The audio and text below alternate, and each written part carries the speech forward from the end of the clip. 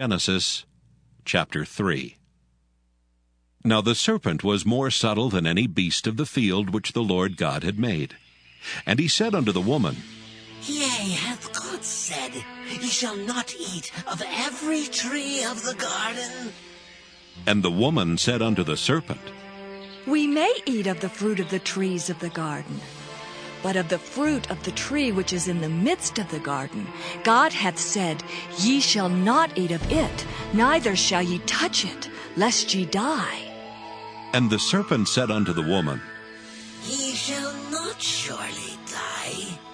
For God doth know that in the day ye eat thereof, then your eyes shall be opened, and ye shall be as gods, knowing good and evil.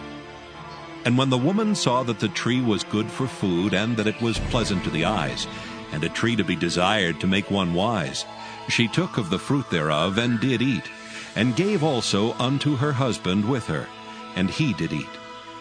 And the eyes of them both were opened, and they knew that they were naked. And they sewed fig leaves together, and made themselves aprons.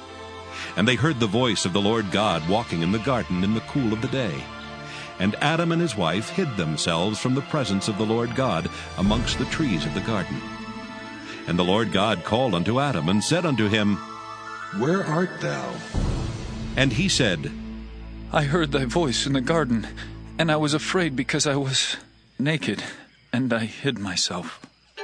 And he said, Who told thee that thou wast naked? Hast thou eaten of the tree whereof I commanded thee that thou shouldest not eat? And the man said, The woman whom thou gavest to be with me, she gave me of the tree, and I did eat. And the Lord God said unto the woman, What is this that thou hast done? And the woman said, The serpent beguiled me, and I did eat. And the Lord God said unto the serpent, Because thou hast done this, thou art cursed above all cattle, and above every beast of the field. Upon thy belly shalt thou go, and dust shalt thou eat all the days of thy life. And I will put enmity between thee and the woman, and between thy seed and her seed. It shall bruise thy head, and thou shalt bruise his heel. Unto the woman he said, I will greatly multiply thy sorrow and thy conception. In sorrow thou shalt bring forth children, and thy desire shall be to thy husband, and he shall rule over thee. And unto Adam he said, Because thou hast hearkened unto the voice of thy wife, and hast eaten of the tree of which I commanded thee, saying, Thou shalt not eat of it. Cursed is the ground for thy sake. In sorrow shalt thou eat of it all the days of thy life. Thorns also and thistles shall it bring forth to thee, and thou shalt eat the herb of the field. In the sweat of thy face shalt thou eat bread till thou return unto the ground. For out of it wast thou taken. For dust thou art, and unto dust shalt thou return. And Adam called his wife's name Eve, because she was the mother of all living. Unto Adam also and to his wife did the Lord God make coats of skins, and clothed them.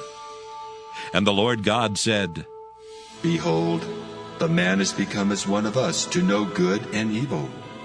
And now, lest he put forth his hand, and take also of the tree of life, and eat, and live forever. Therefore the Lord God sent him forth from the garden of Eden to till the ground from whence he was taken. So he drove out the man, and he placed at the east of the garden of Eden cherubims, and a flame which turned every way to keep the way of the tree of life.